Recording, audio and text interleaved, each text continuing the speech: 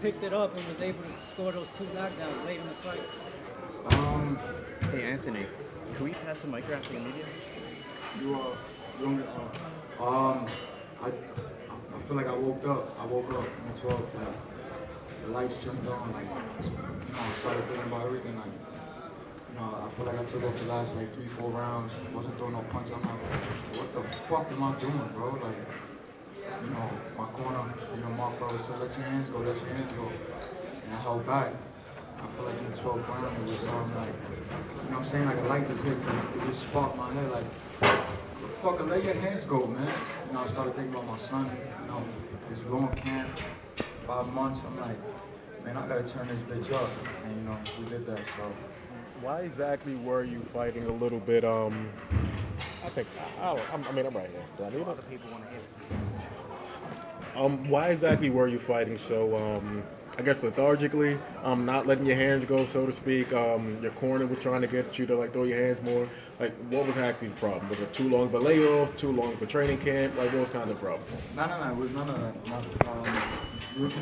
I got off a year layoff, so I know, I'm a fighter. I'm gonna sit here and say no to everything, but I know that played a factor in the fight too, but no excuses. You gotta understand, like a guy like Jason Quick, right, he got stopped twice, so he was going and they're not trying to get stopped again. He was best, I hit him with one of the biggest right hands ever. He jumped up, and he finished that 12th round. So, he was definitely in there. He wasn't going in there trying to take a knee or trying to cop out. I should have let my hands go more. I know coach was like, yo, listen, like, throw your fucking punch. And that's what sparked me in the 12th round was like, let your fucking hands go, man. And, once I started letting them fly, you see what the results. Why are you so anxious to fight on Munguia next?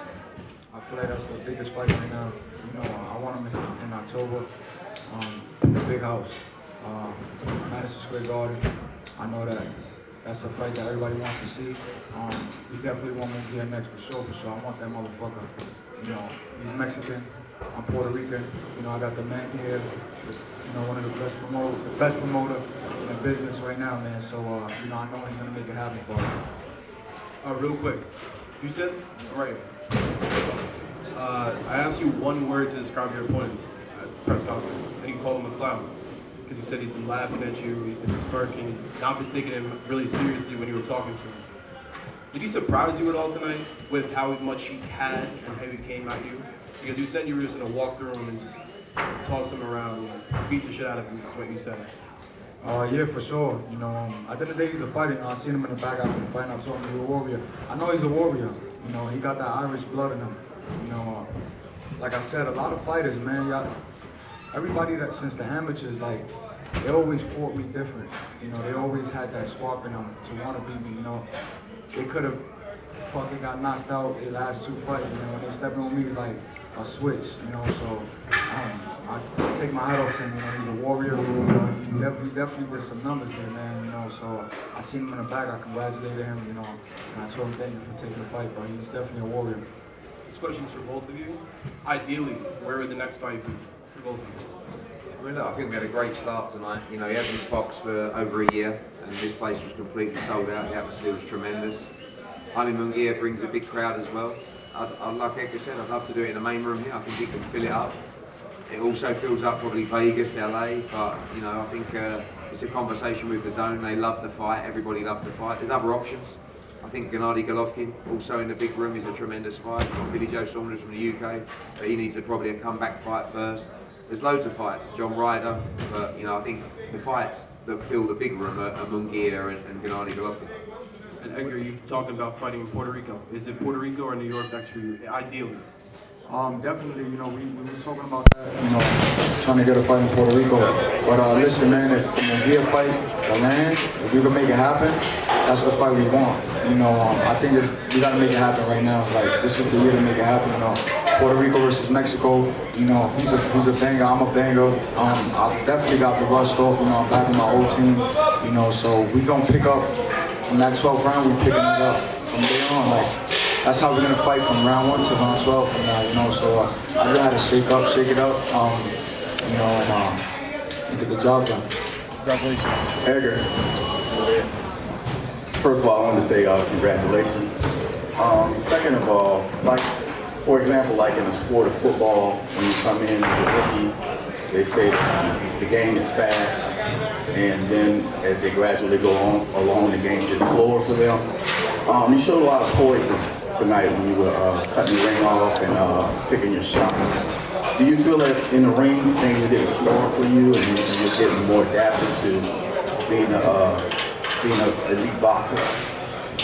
Yeah, for sure. That's actually a great question. You know, I feel like it was sort of slow. I just know if I would have picked it up from the 6th, 7th, 8th, I would have got him out of there. You know, I feel like I just waited all that time, and then the 12th round was like, all right, I gotta turn this bitch up. You know, and you've seen the results. So, but, you know, it's a learning process. You know, I'm learning. I'm young, 26. I'm a power puncher, but you know, I'm blessed to be back with my old team. You know, and listen, man, I'm taking a week off and I'm going right back into the gym to work. You know, I ain't partying, I ain't doing nothing, man. All I want to do is just get back in the gym. As soon as I went to the back, I said, I'm be back in the gym in a week. I'm taking off a week and be right back to the, you know, in the gym to work. And Eddie, I have one question for you. You looked great last week. Where's your New Orleans t-shirt? Yeah, no, I left that in New Orleans. I had a New York one on today. Okay. It's been a great run. So I got a question for both Edgar and Eddie. There's obviously a desire to go to a bigger venue. You did sell this out. It was very impressive. Fan atmosphere is incredible. Have you thought, Eddie, about ever doing something at the Arthur Ashe Stadium in Queens? It's a beautiful outdoor stadium. Seats over 20,000. Edgar, if you went out there, you'd be the first person to fight at that venue. They've hosted professional wrestling concerts in addition to tennis. Any thoughts about that? Yeah, I mean, we always like to push the boundaries and do something different. You know, in the past, I've been on to Flushing Meadows as well about doing something there, just something different. You know, we've done it a lot in the UK. I do want Edgar to fight in Puerto Rico as well, and I think if we didn't land the Munguia fight or something like that, maybe that's something we do next, is something a little bit different, but I also want to keep the momentum of what we started tonight. Just in terms of the British perspective, the fighters you mentioned you'd like to fight next, how tough do you feel those fights are with Ryder and just Saunders for him? I think Billy Joe Saunders isn't going to be ready this side of the year for Edgar Berlanga, but I think he will be a great fight. You know, he's a big name. John Ryder's a very tough fight. You saw him go 12 with Canelo Alvarez. So I think there's loads of fights that can be made. Loads of fights that can be made. You know, you've got Caleb Plant. You've got obviously Benavidez, you've got Morrell, you've got Charlie, you've got loads of super middleweights. That's the other side of the street, if that's what you want to call it, but we don't care really. We're doing our own thing, and you know, I know that the Zone will be very keen on Munguia against Berlanga. And Munguia does great numbers, so does Edgar, so it's just a tremendous fight. Edgar, do you feel those two fights, Saunders and Ryder, are tough for you? Say it again? Do you feel those two fights, Saunders and Ryder, are tough for you?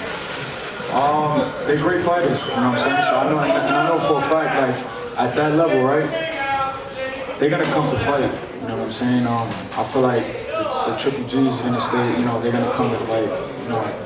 The Ryders, they're gonna come to fight, you know, you see him fight 12 rounds with Canelo. You know, that's the biggest guy, 168 right now. Munguia's another guy, you know, he just had a tremendous fight with my brother, Sergey. But right now, for real, I just feel like the biggest fight right now is Munguia. You know, just for the simple fact that he's Mexican, he's young, he's my age, you know, we both do numbers, and I know for a fact we could do a crazy number out here in New York at the Garden. So, you know, I gotta, you know, we sit down with Keith Conley, my dad, and the boss man, and you know, we just make it happen. Is Munguia more dangerous than Triple G at this point?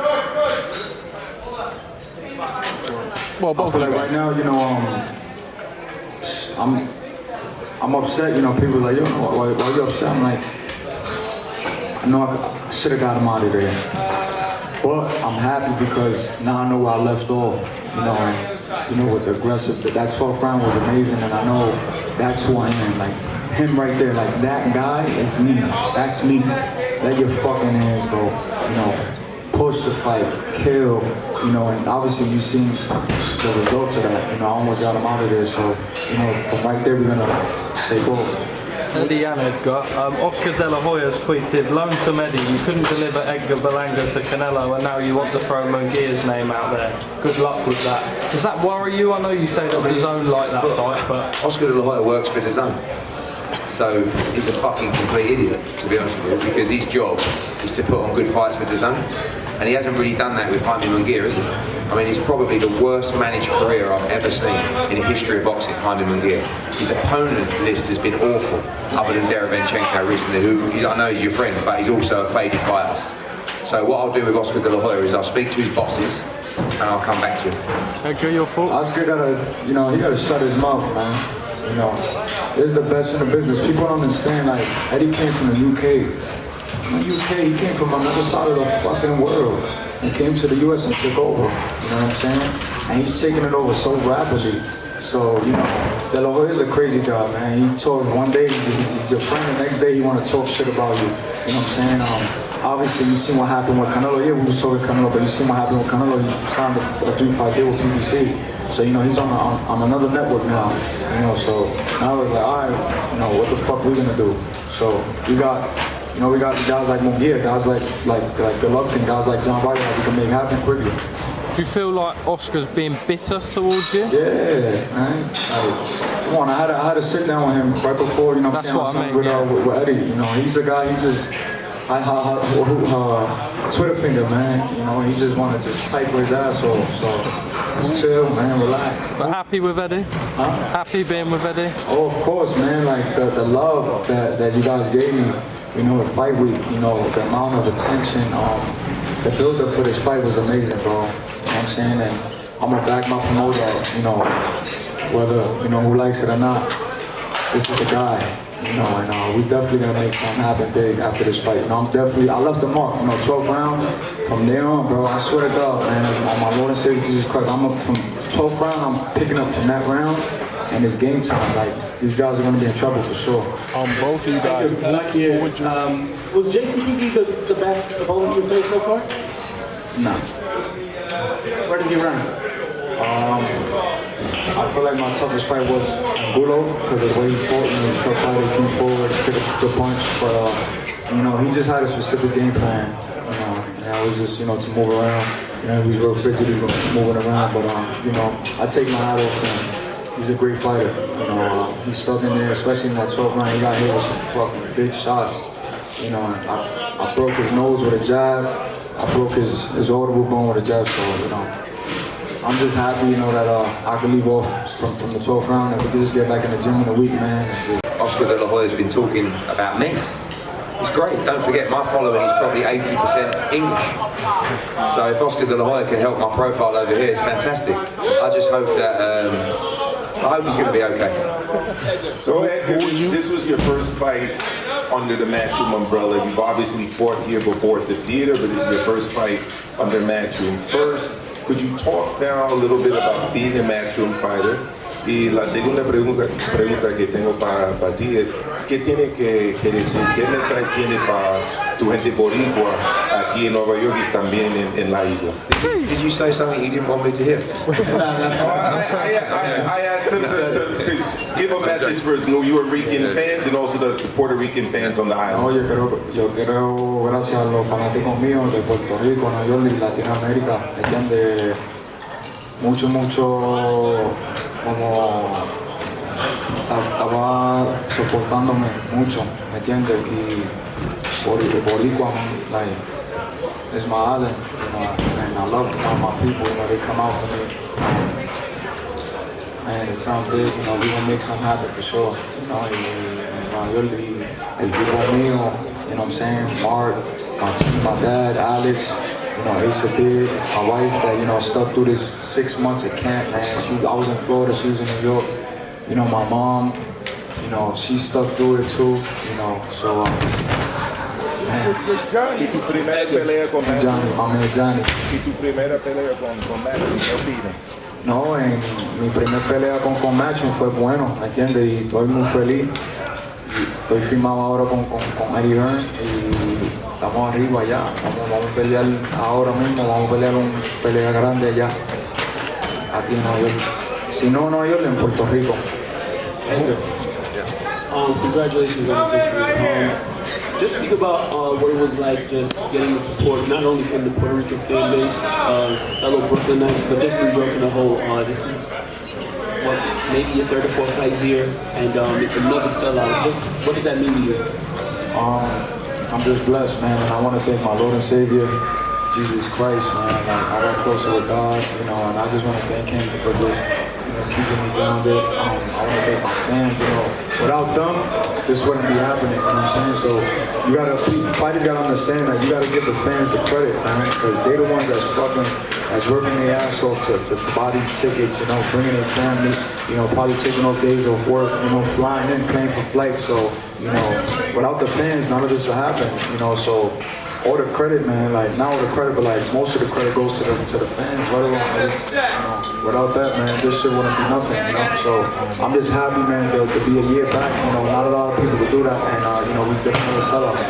Right, last question, guys. I know. Edgar,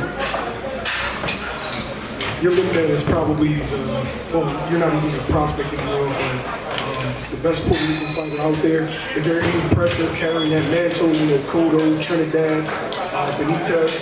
I think it's just the pressure of just, delivering for my people.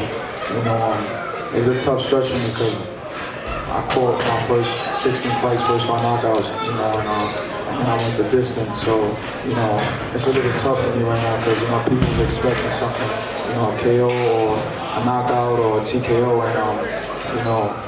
and my Puerto Rican people, and from New York, they're expecting that.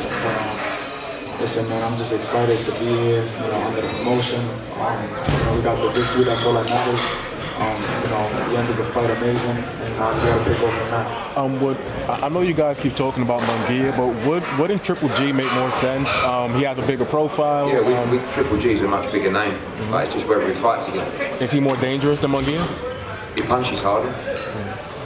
Gotcha, but not more dangerous, you think? I think he's a better fighter. It's just he's an older fighter. I think he's not a prime Triple G anymore, but he's still a tremendous fighter. I love him as a person. I would love to see Edgar in with, I really like Jaime Munguia as a person, but I don't see him as an elite guy like Gennady Golovkin.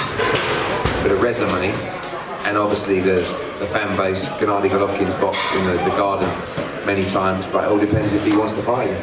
Right, guys, we're going to wrap it up. Thank you so much.